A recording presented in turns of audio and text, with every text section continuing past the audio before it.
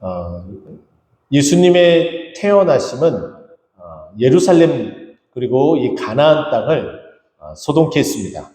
우리가 잘 알고 있는 것처럼 동방에서 박사들이 별을 보고 찾아와서 예수님을 축하하고 또 축복하고 또 경배하기 위해서 예루살렘에 오게 되었죠.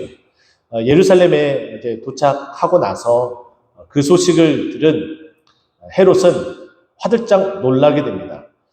왜냐하면 자신이 이 지역을 총괄하는 분봉왕으로서 있는데 이 땅에 왕이 왔다라는 그 말만 들어도 오금이 저리고 자칫 잘못하면은 이 모든 이야기가 로마에 전달되어지면 이 분봉왕을 세우는 것에 대한 모든 권한이 로마에 있기 때문에 로마에서 세우지 않는 다른 왕이 태어나서 이와 같은 모습이 보여진다라는 것은 굉장히 큰 쿠데타의 어떤 모습도 드러날 수 있는 그런 굉장히 위험스러운 모습이었습니다. 이와 같은 이 소동이 지나고 나서 결국은 예수님, 아기 예수님을 죽이려고 했었던 헤롯은 유명을 달리하고 애굽으로 피신했다가 호세아서 11장 1절에 예언된 대로 내가 내 아들을 애굽에서 불러내었다라는 그 말씀을 성취하기 위해서 피난 간 것도 다른 곳으로 가지 않고 애굽으로 갔다가 다시 올라오게 됩니다. 그리고 나서 예수님의 어린 시절이 우리에게 소개가 되어지고 있는데 예수님의 어린 시절을 다른 복음서에서는 기록하고 있지 않지만 누가복음에서는 이것을 기록하고 있습니다. 그나마 참 다행이고 참 감사한 것은 어떠한 사람이 태어나고 중간에 어떠한 과정을 거쳤는지 전혀 언급이 없다가 30세의 청년으로 갑자기 뚝하니 나타나서 이와 같은 구원 사역을 했다라고 이야기가 되어진다면은 후대에 지금처럼 우리가 2000년이 지난 이후에 많은 사람들이 이거 가상의 인물 아니냐라고 말할 수도 있겠죠. 그런데 정말 다행히도 감사하게도 공간복음이라고 하고 있는 이 누가복음, 마태와 마가와 이 누가에게 의해서 공통적으로 기록되어지는 부분들도 물론 이제 해당되겠지만은 각각의 이 복음서가 가지고 있는 독특성, 독자들로 하여금 이 한 기록만 기록하고 있는 어떤 내용들이 있습니다. 그것은 특별히 의사였었던 누가가 특별히 어린 시절에 어떠한 과정을 거치고 어떠한 삶을 살고 있는지에 대해서 정확하게 그것을 기억하고 구술하고 있는 모습들은 우리에게 매우 유익한 부분이라고 저는 보여집니다. 오늘 본문도 예수님이 유대인으로 태어났습니다. 어느 지파요?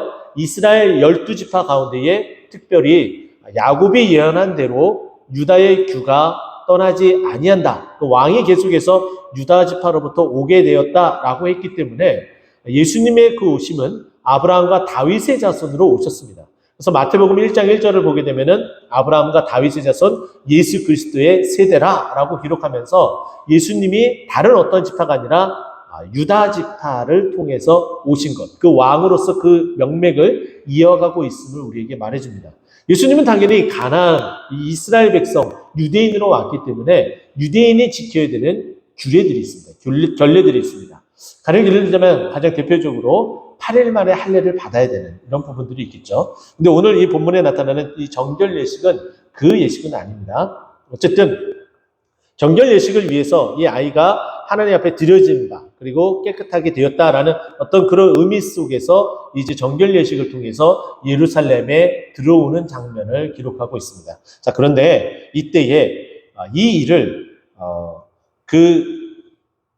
이를 나타내기 위한 기다리고 있었던 특별한 사람들이 나오게 됩니다. 오늘 본문에 우리가 두 구절을 읽었는데 이 두 구절에 해당되는 사람은 시몬이라는 사람과 또 안나라는 사람입니다.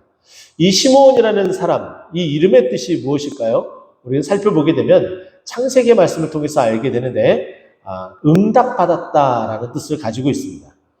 그리고 또한 이 안나라는 이름은 히브리식으로 말하게 되면은 한나가 돼요. 한나나 안나나 똑같은 이름이라는 거죠.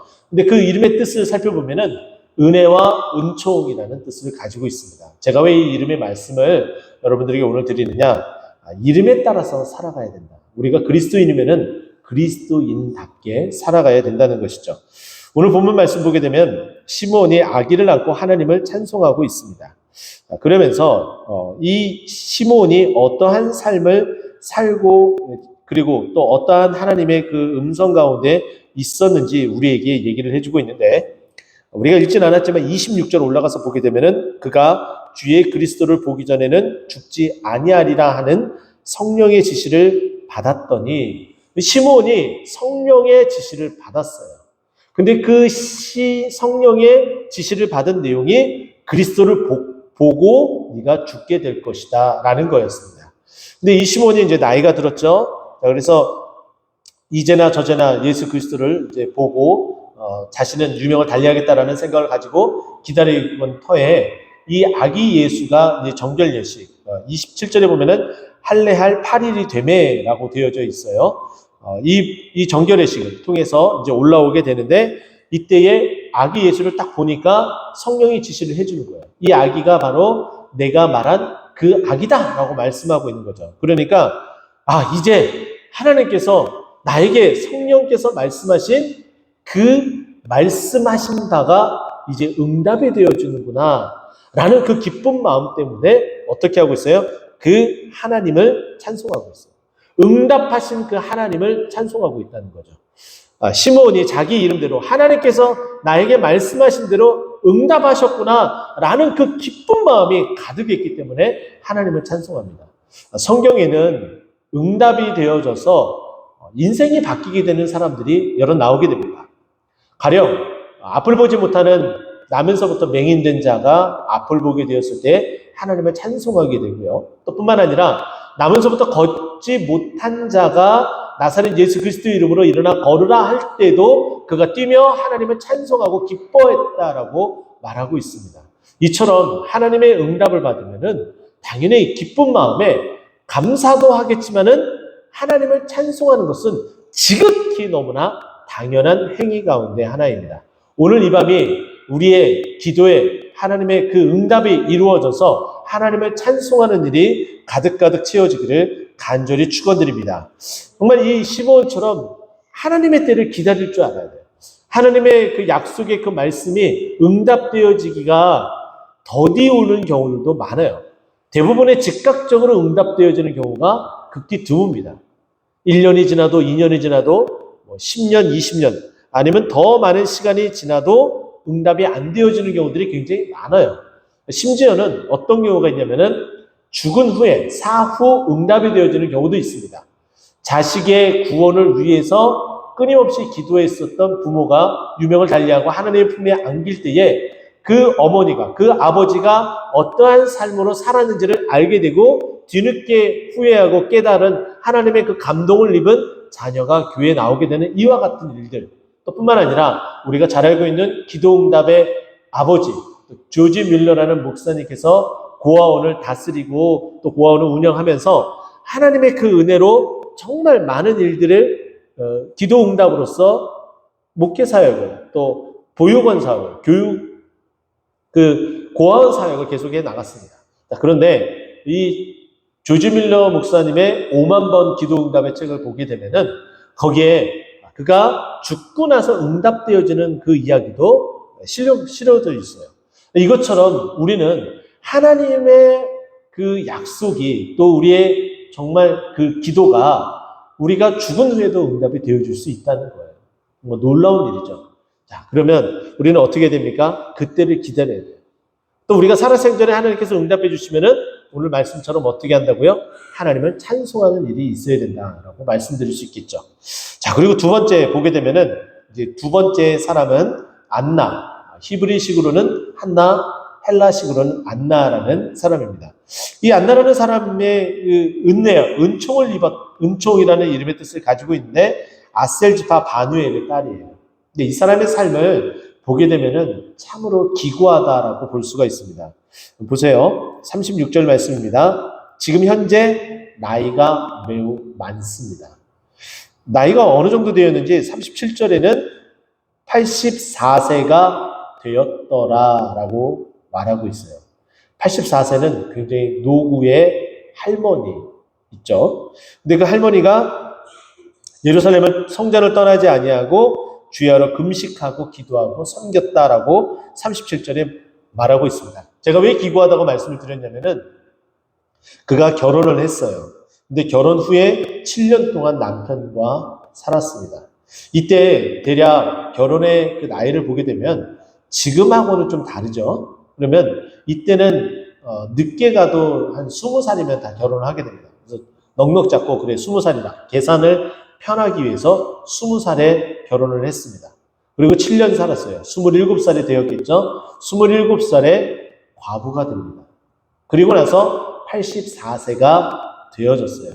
그럼 몇 년 동안 혼자서 과부로 지낸 거예요? 계산이 안 되시나요? 57년입니다. 57년이라는 시간 동안 과부로 지내면서 그가 어떻게 했어요? 선지자의 소명을 잘 감당하기 위해서 예루살렘 성전을 떠나지 아니하고 어떻게 했다고요? 주야로 금식하고 섬겼다라고 소개를 합니다. 57년 동안 굉장히 긴 시간이죠. 저는 아직 57년을 살아보지 않아서 그 인생이 얼마나 긴지 잘 모르겠습니다. 오늘 이 자리에 나오신 분 중에 57년 이상 사신 분은 딱 한 분 계세요. 할렐루야. 길죠? 근데 금방 왔죠? 근데 정말 이렇게 긴 시간 동안 응답을 받고 또 그것에 대해서 찬송할 수 있다. 정말 이거 대단한 일입니다.